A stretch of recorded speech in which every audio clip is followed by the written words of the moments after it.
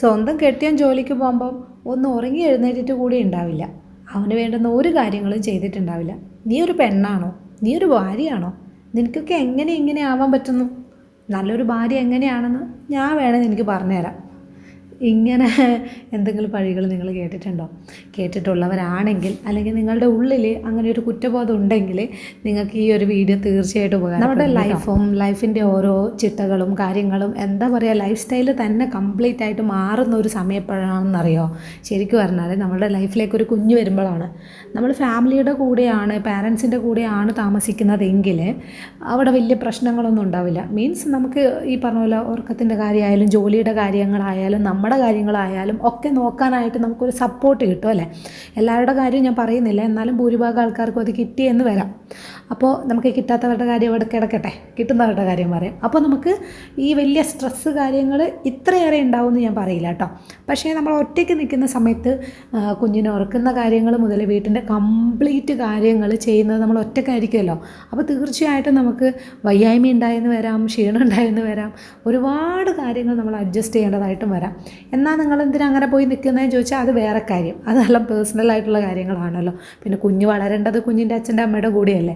അപ്പോൾ ഞാൻ പറയുന്നത് അങ്ങനെ നിൽക്കുന്നത് ഒരു മോശമാണെന്നോ അല്ലെ ഇങ്ങനെ ചെയ്യുന്നത് ഒരു മോശമാണെന്നോ ഉള്ള കാര്യമല്ല കേട്ടോ.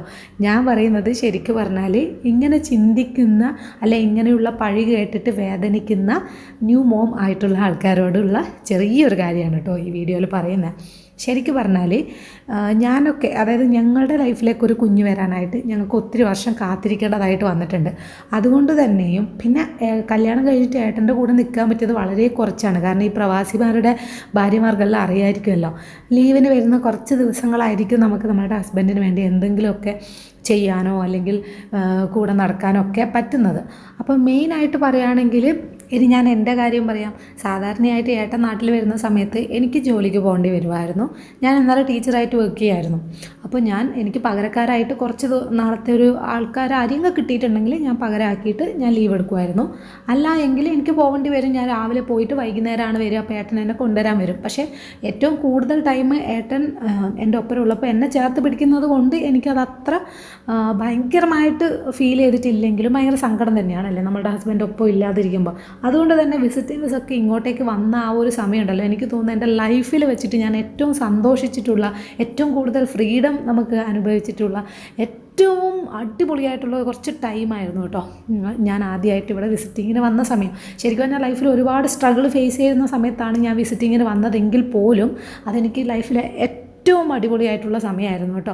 നമുക്കൊന്നും പേടിക്കാനില്ലാതെ, എന്നാലും ടെൻഷൻ അടിക്കേണ്ട ഒരുപാട് കാര്യങ്ങൾ ഉണ്ടായിരുന്നു എങ്കിൽ പോലും ഭയങ്കര അടിപൊളിയായിട്ടുള്ള ഒരു ടൈമായിരുന്നു കേട്ടോ. അത് ലൈഫിൽ എനിക്ക് ഒരിക്കലും മറക്കാനാവാത്ത കുറേ ടൈമായിരുന്നു അത്. ഞങ്ങൾക്ക് തമ്മിൽ ഒത്തിരി മനസ്സിലാക്കാൻ വേണ്ടിയിട്ടും എൻ്റെ സ്നേഹത്തിൻ്റെ ഡെപ്തായാലും ഏട്ടൻ്റെ സ്നേഹത്തിൻ്റെ ഡെപ്തായാലും എത്രമാത്രം ഉണ്ടെന്നും നമുക്ക് പരസ്പരം നമ്മൾ ഒരുപാട് വഴക്കൊക്കെ കൂടും. കാരണം നമുക്ക് ഒത്തിരി നേരം നമുക്ക് സംസാരിക്കാനായാലും ഒന്നും കിട്ടാതിരിക്കുമ്പോൾ അയ്യോ എന്താ സ്നേഹമില്ലായിട്ടാണോ എന്നൊക്കെ ചിന്തിക്കുന്ന തരത്തിൽ ക്ലീശിയായ തോട്ട്സൊക്കെ വരുന്നൊരു സമയമായിരുന്നു കേട്ടോ ആ ഒരു ടൈമൊക്കെ. അതൊക്കെ എന്തുകൊണ്ടാണ്, എങ്ങനെയാണ് ഇവിടുത്തെയൊക്കെ ജോലിയുടെ സ്വഭാവം ഒക്കെ മനസ്സിലായപ്പോൾ ഭയങ്കര സങ്കടവും റിഗ്രറ്റും ഒക്കെ തോന്നിയിട്ടുള്ളൊരു ലൈഫിൽ നമുക്കൊരു പുതിയ പാടായിരുന്നു കേട്ടോ. അങ്ങനെ ഹസ്ബൻഡും വൈഫും ഒറ്റക്കായിട്ട് കുറച്ച് നാളെങ്കിലും വേണമെന്നാണ് ഞാൻ പറയുന്നത്. അപ്പോൾ തമ്മിലുള്ളൊരു ബോണ്ട് ഉണ്ടല്ലോ, അത് ഭയങ്കര ഡെപ്തിലുള്ളതായിട്ട് മാറുന്നുള്ളതാണ്. ആ ഒരു സമയത്ത് എനിക്ക് അങ്ങനെ കിട്ടിയതുകൊണ്ട് തന്നെ ഏട്ടൻ്റെ എല്ലാ കാര്യങ്ങളും, ഏട്ടൻ ജോലിക്ക് പോകുന്ന സമയത്ത് തിരിച്ച് വന്നു കഴിഞ്ഞാലും നമ്മളൊരു കുഞ്ഞിനെയൊക്കെ പാമ്പർ ചെയ്യുന്ന ടൈപ്പ് കെയറിങ് ആയിരുന്നു കേട്ടോ ഞാൻ കൊടുത്തുകൊണ്ടിരുന്നത്. കാരണം എനിക്കത് ഭയങ്കര ഇഷ്ടമായതുകൊണ്ടാണ്. അല്ലെങ്കിൽ ഇങ്ങനെ ചെയ്താലാണ് നല്ലൊരു ഭാര്യ എന്നൊന്നുമില്ല. ഭാര്യ ഭർത്താവിന് എന്തെങ്കിലും കാര്യങ്ങൾ ചെയ്തു കൊടുക്കുന്നോ തിരിച്ചതുപോലെ ചെയ്തു തരാൻ ഭർത്താവും, ശരിക്കും പറഞ്ഞാൽ ഭർത്താവിനും അതേ ഡ്യൂട്ടി തന്നെയുണ്ട്. അല്ലാണ്ട് എല്ലാ കാര്യങ്ങളും ഭാര്യ മാത്രമാണ് ചെയ്യേണ്ടതെന്നൊന്നും എവിടെ എഴുതി വെച്ചിട്ടൊന്നുമില്ല. ഇതൊക്കെ പഴമക്കാരുണ്ടാക്കിയിട്ടുള്ള ഓരോ റൂൾസാണ്. സത്യം പറഞ്ഞാൽ വിദ്യാഭ്യാസം വരുന്നതിനനുസരിച്ച് നമ്മൾ മാറി ചിന്തിക്കണം. ആൺകുട്ടിയായാലും പെൺകുട്ടിയായാലും പരസ്പരം അങ്ങോട്ടും ഇങ്ങോട്ടും സപ്പോർട്ട് ചെയ്ത് സഹായിച്ച് മുന്നോട്ട് പോവുക എന്നുള്ളത് തന്നെയാണ് ഒരു ദാമ്പത്യ ജീവിതം കൊണ്ട് ഉദ്ദേശിക്കുന്നത്. അല്ലെങ്കിൽ നമുക്ക് ഒരാൾക്ക് എല്ലാ കാര്യങ്ങളും ചെയ്തു കൊടുക്കാൻ വേണ്ടിയിട്ടാണെങ്കിൽ അവർക്കൊരു സർവൻറ്റിനെ വെച്ചാൽ മതിയല്ലോ. നമ്മളെ ഇത്രയും സ്നേഹിച്ച് വളർത്തി വിദ്യാഭ്യാസം നിന്ന് നമ്മളെ ഇങ്ങനെ കൊണ്ടുവന്നത് വേറൊരാൾക്ക് അടിമപ്പണി ചെയ്തു കൊടുക്കാനും നല്ലല്ലോ. അത് മനസ്സിലാക്കുക. അല്ലെങ്കിൽ ഞാനൊരു ഫെമിനിസ്റ്റായിട്ട് സംസാരിക്കുകയല്ല കേട്ടോ. ഇതെല്ലാം സ്നേഹം വരുമ്പോൾ നമ്മൾ ചെയ്യുന്നതാണ്. എനിക്ക് ഏട്ടൻ്റെ എല്ലാ കാര്യങ്ങളും ചെയ്തു കൊടുക്കാൻ ഭയങ്കര ഇഷ്ടമായിരുന്നു കേട്ടോ. ഒരു കുഞ്ഞിനെ പോലെ പോലെ പാമ്പർ ചെയ്ത് കൊണ്ടുപോകുമായിരുന്നു ഞാൻ ചെയ്തത്. അപ്പോൾ എൻ്റെ ഫ്രണ്ട്സിന് ഈ പറഞ്ഞ പോലെ ബേബി ആയിട്ടൊക്കെ ഇരിക്കുന്നവർ ഈ പറയായിരുന്നു കേട്ടോ, ഹസ്ബൻഡ് പോകുന്നത് കൂടെ കാണാറില്ല എന്നൊക്കെ പറയുമ്പോൾ ഞാൻ വിചാരിക്കാറുണ്ട്, അയ്യോ അതെങ്ങനെയാണ് പറ്റുന്നതല്ലേ, മേ ബി അവർക്ക് ഓർക്കില്ലായിട്ടായിരിക്കും. അങ്ങനെയൊക്കെ ഞാൻ ചിന്തിച്ചിട്ടുണ്ടെങ്കിൽ പോലും അതിൻ്റെ ഡെപ്ത് എത്രയുണ്ടെന്ന് എനിക്ക് മനസ്സിലായിട്ടുണ്ടായിരുന്നില്ല കേട്ടോ. പക്ഷേ ഞാൻ ഇന്നൊരമ്മയായപ്പോൾ എനിക്ക് ഒരുപാട് കാര്യങ്ങൾ മനസ്സിലാക്കാനായിട്ട് പറ്റി കേട്ടോ. കാരണം എനിക്ക് ഏട്ടന് ഇങ്ങനെ ഓരോ കാര്യങ്ങൾ ചെയ്തു കൊടുക്കുക എന്ന് പറയുന്നത് എനിക്ക് ഭയങ്കര സന്തോഷം തരുന്നൊരു കാര്യമാണ്. കാരണം ഏട്ടൻ എന്തെങ്കിലും ചെറിയ കാര്യങ്ങൾ ചെയ്തു കൊടുത്താൽ പോലും മൂപ്പര് ഭയങ്കര ഹാപ്പിയാവും. അത് കാണുമ്പോൾ ഭയങ്കര സന്തോഷമായിരുന്നു കേട്ടോ. അതേപോലെ ഇതെല്ലാം ഏട്ടന് ഞാൻ ചെയ്തു കൊടുക്കാൻ മാത്രമല്ല കേട്ടോ, എനിക്ക് ഒരു ഇത്തിരി വയ്യായ്മ ഉണ്ടെങ്കിൽ പോലും തിരിച്ചതുപോലെ എന്നെ ഇങ്ങോട്ട് കെയർ ചെയ്യും. അതാണ് ഞാൻ പറഞ്ഞത്, നമ്മൾ ആർക്കും അടിമയൊന്നുമല്ല, അങ്ങോട്ടും ഇങ്ങോട്ടേക്കും ആ ഒരു സ്നേഹം വേണം എന്നുള്ള കാര്യം. ഇവിടേക്ക് വന്നപ്പോഴാണ് ശരിക്കും ഒരു വലിയ ചേഞ്ച് ഉണ്ടായത്.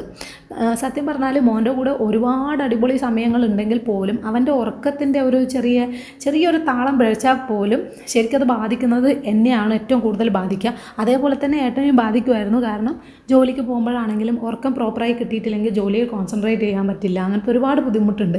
എന്നാൽ എനിക്ക് വീട്ടിൽ നിന്ന് കിടന്നുറങ്ങിക്കൂടെ എന്ന് ചോദിച്ചു കഴിഞ്ഞാൽ എനിക്ക് ഉറങ്ങാനും സമയം കിട്ടാറില്ല എന്നുള്ളതാണ് വേറൊരു കാര്യം. അപ്പോൾ മോൻ ഉറങ്ങുമ്പോഴായിരിക്കുമല്ലോ നമ്മൾ കുറച്ച് ടഫായിട്ടുള്ള ജോലി എന്തെങ്കിലും നമ്മൾ മാറ്റി വെച്ചിട്ടുണ്ടെങ്കിൽ അത് ചെയ്യുന്നത് ആ സമയത്തായിരിക്കും. അപ്പോൾ നമുക്ക് മാനേജ് ചെയ്യാമെന്ന് പറയുന്നത് ശരിക്കും ഒരു ടാസ്ക്കായിട്ട് മാറി തുടങ്ങി. ഒരു ഡേ ഞാൻ ചിലപ്പോൾ ഉറങ്ങുന്നത് 2 മണിക്കൂറോ 3 മണിക്കൂറോ ആയിട്ട് കുറയാൻ തുടങ്ങി. കാരണം രാത്രിയൊക്കെ ഇടയ്ക്കിടയ്ക്ക് എണീക്കേണ്ടി വരുന്ന സമയത്ത് സത്യം പറഞ്ഞാൽ പിന്നെ ഉറക്കം നമുക്കങ്ങ് നഷ്ടപ്പെടുകയല്ലേ ചെയ്യുന്നത്. അപ്പോൾ നമുക്ക് കണ്ടിന്യൂ ആയിട്ടുള്ളൊരു ഉറക്കം നഷ്ടപ്പെടാൻ തുടങ്ങിയപ്പോൾ നമുക്കത് പലതരത്തിൽ നമ്മളുടെ ബോഡിയിലേക്ക് എഫക്റ്റ് ചെയ്യാൻ തുടങ്ങി. ചിലവർക്ക് ആരോഗ്യപരമായിട്ട് ഭയങ്കര അടിപൊളിയായിട്ടുള്ള ആൾക്കാരായിരിക്കും, പക്ഷേ ഓരോരുത്തരുടെയും ഹെൽത്ത് കണ്ടീഷൻ എന്ന് പറയുന്നത് ഡിഫറെൻ്റ് ആയിരിക്കും. അപ്പോൾ നമ്മൾ ആരെയെങ്കിലും പ്ലീസ് ചെയ്യണം എന്ന് വിചാരിച്ചിട്ട് എന്തെങ്കിലും ചെയ്ത് കഴിഞ്ഞാൽ ഒരു കാര്യമില്ല, നമ്മളുടെ ആരോഗ്യം നോക്കുക എന്നുള്ളതാണ്. അപ്പോൾ ഏട്ടനാണ് എന്നോട് ഇങ്ങോട്ട് പറഞ്ഞത്, ഇനിയിപ്പോൾ രാവിലെ ഇപ്പം ഞാൻ ചിലപ്പോൾ ഉറങ്ങുന്നത് തന്നെ വളരെ ലേറ്റായിട്ടായിരിക്കും. അപ്പോൾ രാവിലെ എഴുന്നേൽക്കുക, ജോലികൾ ചെയ്യാമെന്ന് പറയുമ്പോൾ നീ എപ്പോഴാണ് റെസ്റ്റ് എടുക്കുക, നീ വീണ് പോകും, ചുമരുണ്ടെങ്കിലേ ചിത്രം വരക്കാൻ പറ്റൂ എന്ന് എൻ്റെ അമ്മയെ പോലെ തന്നെ പറഞ്ഞ മറ്റൊരാൾ ഈ ലോകത്തുണ്ടെങ്കിൽ അതെൻ്റെ ഏട്ടനാണ് കേട്ടോ. അപ്പോൾ ഏട്ടൻ അങ്ങനെ പറയുമായിരുന്നു, അതുകൊണ്ട് നീ നിൻ്റെ ഹെൽത്ത് ശ്രദ്ധിക്കണം, എന്നാലേ മോനെ ഭംഗിയായിട്ട് നോക്കാൻ പറ്റുള്ളൂ. എനിക്കിപ്പോൾ ഫുഡ് ഇപ്പോൾ തൽക്കാലം പുറത്തുനിന്നായാലും കഴിക്കാമല്ലോ, ഞാൻ ഹെൽത്തി ആയിട്ടുള്ള ഫുഡ് കഴിച്ചോളാം, അല്ലെങ്കിൽ ഞാൻ എൻ്റെ കാര്യം നോക്കിക്കോളാം. ഇപ്പം ചെറിയ കുട്ടിയെ പോലെ നീ എന്നെ കെയർ ചെയ്യേണ്ട ആവശ്യമില്ല, നേരെ മറിച്ച് നീ കെയർ ചെയ്യേണ്ടത് നിന്നെയും മോനെയാണ് കുറച്ചും കൂടെ കൂടുതലായിട്ട് കെയർ ചെയ്യേണ്ടത്. നിന്നെ പ്രത്യേകം കെയർ ചെയ്താൽ മാത്രമേ നിനക്ക് മോനെ നന്നായി നോക്കാൻ പറ്റുള്ളൂ. അതുകൊണ്ട് കുറച്ച് ലേറ്റായിട്ട് എഴുന്നേറ്റാൽ മതി, എൻ്റെ കാര്യങ്ങൾ ഞാൻ നോക്കിക്കോളാം എന്ന് പറഞ്ഞ് എന്നെ സമാധാനിപ്പിച്ച് എന്നെ കൂടെ ചേർത്ത് പിടിച്ച ഒരാളാണ് കേട്ടോ എൻ്റെ ഹസ്ബൻഡ്. ഇത് പറയാനുള്ള കാരണം ഇത് ഞങ്ങളുടെ പേഴ്സണൽ ലൈഫിലുള്ളൊരു കാര്യമാണ്. പക്ഷേ ഇത് പറയാനുള്ള കാര്യം ഇങ്ങനെ വേണം പറയാനായിട്ട്. കാരണം നമ്മളുടെ കാര്യങ്ങൾ ഇപ്പം നമ്മൾ തന്നെ ചിലപ്പോൾ നോക്കാത്തൊരു സമയമായിരിക്കും. കാരണം സ്ത്രീകളെ സംബന്ധിച്ചിടത്തോളം നമ്മൾ ഏറ്റവും കൂടുതൽ സ്നേഹിക്കുക അല്ലെങ്കിൽ നമ്മൾ പരിചരിക്കുകയും ചെയ്യുന്നത് നമ്മളുടെ മക്കളെയും നമ്മുടെ ഹസ്ബൻഡിനെയും നമ്മുടെ ഫാമിലിയൊക്കെ ആയിരിക്കും. അപ്പോൾ നമ്മളുടെ സ്വന്തം കാര്യങ്ങൾ നമ്മൾ ശ്രദ്ധിക്കുകയില്ല. എനിക്ക് ഹോസ്പിറ്റലിൽ കയറി ഇറങ്ങാൻ മാത്രമേ സമയമുള്ളൂ എന്നുള്ളൊരവസ്ഥയിലേക്ക് ഞാൻ പോയിരുന്നു കേട്ടോ. അത്രയ്ക്കും വയ്യായ്മയായിരുന്നു. എത്രയോ തവണ ഞാൻ ഹോസ്പിറ്റലിൽ പോയിട്ടുണ്ട്. എനിക്ക് ഭയങ്കരമായിട്ടുള്ള ബാക്ക് പെയിന്, നെക്ക് പെയിന്, എന്താ പറയുക, സ്ട്രെസ് ഓവറായിട്ട് കൺട്രോൾ ചെയ്യാൻ പറ്റാത്തൊരവസ്ഥ. അങ്ങനെ ഉറക്കില്ലല്ലോ, അതുകൊണ്ടായിരുന്നു കേട്ടോ. പിന്നെ എന്താ വെച്ചാൽ മോൻ ഉറങ്ങുന്ന സമയം രാവിലെ ഉറങ്ങാതെ ഞാൻ എന്ത് ചെയ്യും, വീട്ടിലെ ബാക്കി ജോലികൾ ചെയ്യുമായിരുന്നു. അതായിരുന്നു മെയിൻ പ്രശ്നം. എപ്പോഴാണോ കുഞ്ഞുറങ്ങുന്നത് ആ സമയത്ത് ഉറങ്ങാനായിട്ട് ശ്രമിക്കുക. ഇതിപ്പോൾ നാട്ടിലാണെങ്കിൽ നമുക്ക് ഉറങ്ങാൻ ഒരു ബുദ്ധിമുട്ടുണ്ടാവും, പക്ഷേ ഇവിടെ ഒറ്റയ്ക്ക് ഇരിക്കുന്ന സമയത്ത് പോലും ഞാൻ അപ്പോൾ എൻ്റെ ജോലികൾ തീർക്കാനായിരുന്നു കൂടുതൽ ഞാൻ ഇൻട്രസ്റ്റ് കാണിച്ചുകൊണ്ടിരുന്നത്. നാട്ടിലാണെങ്കിൽ നമുക്ക് പലരെയും ബോധ്യപ്പെടുത്തേണ്ടി വരുമല്ലേ, ചിലപ്പോൾ നമ്മൾ ഉറങ്ങുന്ന സമയത്തായിരിക്കും വേറെ ആരെങ്കിലും വരുന്നുണ്ടാവുക. അപ്പോൾ അവരുടെ കുറ്റപ്പെടുത്തലുകൾ കേൾക്കേണ്ടി വന്നേക്കാം. അത് പെണ്ണുങ്ങളായാൽ പോലും പെണ്ണുങ്ങളെ മനസ്സിലാക്കിക്കൊള്ളണമെന്നൊന്നുമില്ല, മനസ്സിലാക്കിയാൽ നല്ലത്, അത്രയേ ഉള്ളൂ. അപ്പോൾ നമുക്കിവിടെ ആവുമ്പോൾ നമുക്ക് അങ്ങനത്തെ ഒരു പ്രോബ്ലം ഇല്ലെങ്കിലും നമ്മളുടെ ഉൾമനസ്സ് തന്നെ നമ്മളെ ഇങ്ങനെ പറഞ്ഞുകൊണ്ടിരിക്കും, അയ്യോ നീ ഇങ്ങനെയൊന്നും ചെയ്തില്ലല്ലോ, നീ മുൻപ് എങ്ങനെ ശ്രദ്ധിച്ചുകൊണ്ടിരുന്നതാണ്, ഇങ്ങനെയൊക്കെയുള്ള കുറ്റബോധം എനിക്കും ഉണ്ടായിരുന്നു കേട്ടോ. പക്ഷേ ഏട്ടന് ഇതെന്നോട് നിരന്തരമായിട്ട് എനിക്ക് കുറേ പ്രാവശ്യം തന്നെ ഇത് പറഞ്ഞുകൊണ്ടിരുന്നപ്പോഴാണ് ശരിക്കും എനിക്കും അതിൻ്റെ കാര്യം മനസ്സിലായത്. ഇപ്പം രാവിലെ എഴുന്നേൽക്കാൻ ഞാൻ ചില സമയത്ത് ഏട്ടൻ പോയതിന് ശേഷമായിരിക്കും ഞാൻ ചിലപ്പോൾ എഴുന്നേൽക്കുന്നുണ്ടാവുക. ഇപ്പം എനിക്ക് ആ കുറ്റബോധം ഇല്ല കേട്ടോ. കാരണം എൻ്റെ ഹെൽത്ത് ഞാൻ ഓക്കെ ആയി എടുത്താൽ മാത്രമേ നമ്മളുടെ ആ ഒരു ഫാമിലി എന്ന് പറയുന്നത് ഹാപ്പി ആയിട്ടിരിക്കുകയുള്ളൂ. കാരണം ഈ വീട്ടിൻ്റെ നെടുന്തൂണെന്ന് പറയുന്നത് ശരിക്കും പറഞ്ഞാൽ പുരുഷനാണെന്ന് ചോദിച്ചാൽ ആണ്, അല്ലാന്നൊന്നും ഞാൻ പറയുന്നില്ല, എന്നാലും ഒരു സ്ത്രീയുമാണ്. ശരിക്കും ഇവിടെ ഞാൻ പതറിപ്പോയാൽ ഉണ്ടാവുന്നത് ഈ വീടിൻ്റെ താളം മൊത്തത്തിൽ തെറ്റുമെന്നുള്ളത് ശരിക്കും എനിക്ക് തന്നെ മനസ്സിലാക്കി തന്നത് ഏട്ടനാണ് കേട്ടോ. കാരണം കുഞ്ഞിനെ കംപ്ലീറ്റ് ആയിട്ട് നോക്കുന്ന ഒരു ഉത്തരവാദിത്തം എൻ്റെ കയ്യിലായതുകൊണ്ട് തന്നെ, കാരണം ഏട്ടൻ വന്നു കഴിയുന്നവരേക്കും എല്ലാം ഞാനല്ലേ ചെയ്യേണ്ടത്. അതുകൊണ്ട് തന്നെ എനിക്ക് എന്തെങ്കിലും ഒരു ആരോഗ്യ പ്രശ്നങ്ങൾ വന്നു കഴിഞ്ഞാൽ എന്താവും എന്നുള്ളത് ഞാൻ തിരിച്ചറിഞ്ഞിട്ടില്ല, പിന്നെ ആരാണ് തിരിച്ചറിയുക? അതുകൊണ്ടാണ് ഞാൻ പറയുന്നത്, നിങ്ങൾക്ക് സപ്പോസ് ഇപ്പം നിങ്ങളുടെ ഹസ്ബൻഡിൻ്റെ കാര്യങ്ങൾ ഭംഗിയായിട്ട് ചെയ്യാൻ പറ്റുന്നില്ലെങ്കിലും പേടിക്കുകയോ സങ്കടപ്പെടുകയോ മറ്റുള്ളവർ ജഡ്ജ് ചെയ്യുന്നത് കേട്ടിട്ട് വെറുതെ തകരുകയോ ഒന്നും വേണ്ട കേട്ടോ. നിങ്ങളുടെ അവസ്ഥ നിങ്ങളുടെ ഹസ്ബൻഡ് മനസ്സിലാക്കുന്നുണ്ടെങ്കിൽ അത് മാത്രം മതി. വേറെ ആരെയും ബോധ്യപ്പെടുത്തേണ്ട ഒരു ആവശ്യം നിങ്ങൾക്കില്ല. പക്ഷേ അങ്ങനെയും മനസ്സിലാക്കാത്ത ഒരു ഹസ്ബൻഡ് ആണെങ്കിൽ ലൈഫ് ഇച്ചിരി ടഫായിരിക്കും. കാരണം നമ്മളെ മനസ്സിലാക്കാൻ ആരും ഇല്ലാത്തൊരവസ്ഥയായിരിക്കുമല്ലോ. ചിലപ്പോൾ നമ്മുടെ അമ്മ മാത്രമേ അത് മനസ്സിലാക്കിയെന്ന് വരുള്ളൂ. അത് കുറച്ച് ടഫായിട്ടുള്ള കാര്യമാണ്. എന്നാലും ഭർത്താവിനെ പറഞ്ഞ് സിറ്റുവേഷൻ പറഞ്ഞ് മനസ്സിലാക്കാനായിട്ട് ശ്രമിക്കുക.